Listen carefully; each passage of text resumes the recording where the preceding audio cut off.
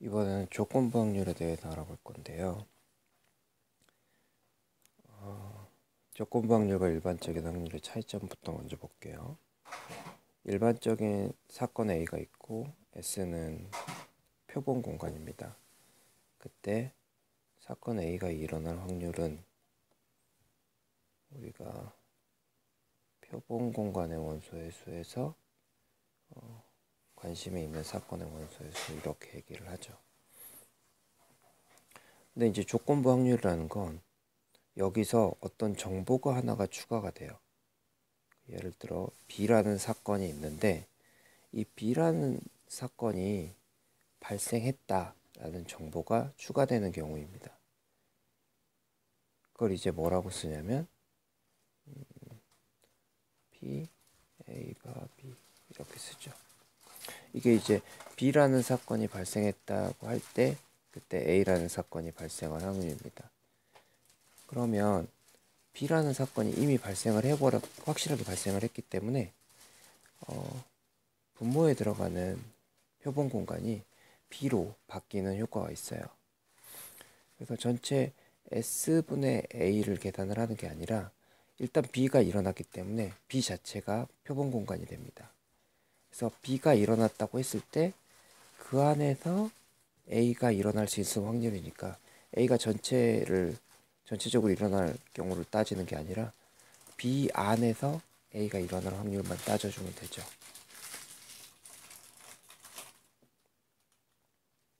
그래서 정의가 PB분의 P A 교집합 B 이렇게 바뀌게 됩니다. 그래서 조건부 확률을 우리가 정의하고 나면 뭐가 좋아지냐면 확률의 곱셈을 정의할 수 있거든요. 그러니까 곱사건의 확률, 사건 A와 사건 B가 함께 일어날 확률은 PA 곱하기 P B by A 이렇게 조건부 확률을 이용해 사용할 수 있고요. 그 다음에 이렇게도 쓸 수 있습니다. PB에다가 PA by B. 그러니까 A와 B가 함께 일어날 확률은 사건 A가 일어날 확률에다가 사건 A가 일어났다고 했을 때 사건 B가 일어날 확률을 곱해주면 계산이 되는 거죠. 그래서 이제 조건부 확률 문제가 다양하게 나오는데 이 문제들이 다들 까다로워요. 그래서 조건부 확률의 정의만 가지고는 풀 수가 없기 때문에 조건부 확률을 약간 변화시켜서 그 문제들을 쉽게 풀 수 있는 강력한 도구를 하나 만들어 보도록 하겠습니다.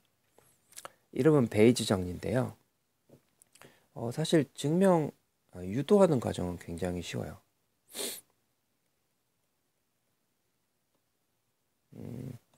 일단 뭐 H와 D의 의미는 나중에 하고요. 이런 확률을 구하고자 하면 방금 전에 했던 정의에 의해서 이렇게 쓸 수가 있고요. 그 다음에 다시 방금 전에 했던 곱셈을 이용을 하면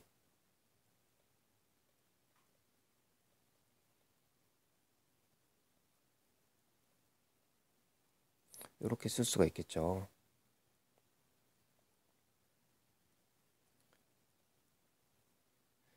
그래서 이제 가운데 걸 지우고 얘를 뭐라고 하냐면 베이지 정리라고 합니다. 자, 이제 H와 D의 의미를 한번 해볼까요? 그래서 지금 이거를 베이지 정리의 통시적 해석이라고 해요. 그러니까 시간이 흐름에 따라서 어떤 사건이 발생하고 그거에 따라서 뭔가 변화가 발생하고 이런 거죠. 그러니까 어떤 결과, D는 데이터라는 뜻이고요. 자료 혹은 정보 이렇게 얘기를 할 수가 있고 H는 가설 혹은 뭐 원인 이렇게 얘기할 수 있습니다. 그럼 이제 D는 결과가 되겠죠. 그러니까 H1, H2, H3라는 원인들이 있었어요. 그래서 어떤 새로운 정보가 주어지기 전까지는 얘네들의 확률이 존재하는데 기본적으로 존재하는데 얘네들이 어떤 결과가 나오는데 영향을 미칠 수 있는 요소인 거죠. 근데 이제 어떤 데이터가 하나 주어지고 나면 이게 새로운 정보가 하나가 주어지는 거고 그에 따라서 얘네들의 확률이 바뀐다라는 게 베이지 정리의 내용입니다.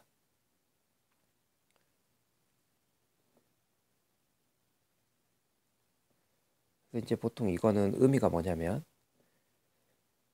데이터가 주어졌을 때, 즉 새로운 데이터가 주어졌을 때, 새로운 정보가 주어졌을 때 바뀐 가설의 확률이에요. 그래서 이걸 사후 확률이라고 합니다. 일이 일어난 다음에 알게 되는 확률이라는 뜻이죠.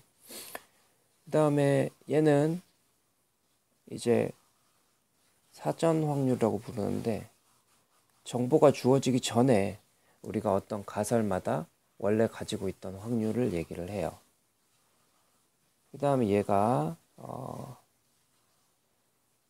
영어로는 likelihood, 한글로는 가능도 이렇게 부르는 건데요. 가설 H, 예를 들어 H1이 맞다면 H1이 이미 됐어요. 확실히 H1이라면 그때 그 데이터가 일어날 확률을 얘기를 합니다. 그리고 이제 PD는 약간 우리가 상수처럼 취급을 하는 거거든요. H1, H2, H3 이렇게 가설이 바뀌더라도 PD는 바뀌지 않기 때문에 그래서 얘네를 상수 취급을 하면 결론 베이지 정리의 결론은 뭐냐면 사후 확률은 사전 확률과 가능도의 곱에 비례한다 이런 뜻입니다. 근데 이게 굉장히 강력한 도구라고 얘기를 했는데 사실 여기까지 들어가지고는 이걸 도대체 어떻게 써먹겠다는 얘기지? 이걸로 조건부 확률 어려운 문제들이 어떻게 다 풀린다는 얘기지 잘 모르시겠죠? 그래서 이 도구를 쉽게 사용할 수 있는 방법을 한번 우리가 알아보도록 하겠습니다. 자, 이번에는 총 확률의 법칙이라는 걸 해볼 텐데요.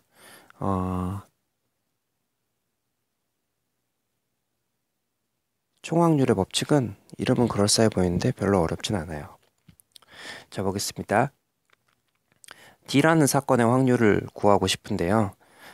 이 사건의 확률을 구하는 게 한 번에 구하는 게 쉽지 않은 경우들이 많습니다. 근데 이제 D라는 사건이 H1이랑 연관이 돼 있고 H2랑 연관이 돼 있고 H3랑 연관이 돼 있을 때 보통 그런 경우인데요. 그럴 경우에는 이거를 나눠서 그러니까 빗금친 부분 색깔이 다르잖아요. 그러니까 색깔이 다른 애들끼리 따로따로 구해주는 거예요. 이렇게. 그래서 세 개를 더해주면 전체 D의 확률을 구할 수 있다라는 개념이 총확률의 법칙입니다. 그러니까 PD를 P의 D 교집합 H1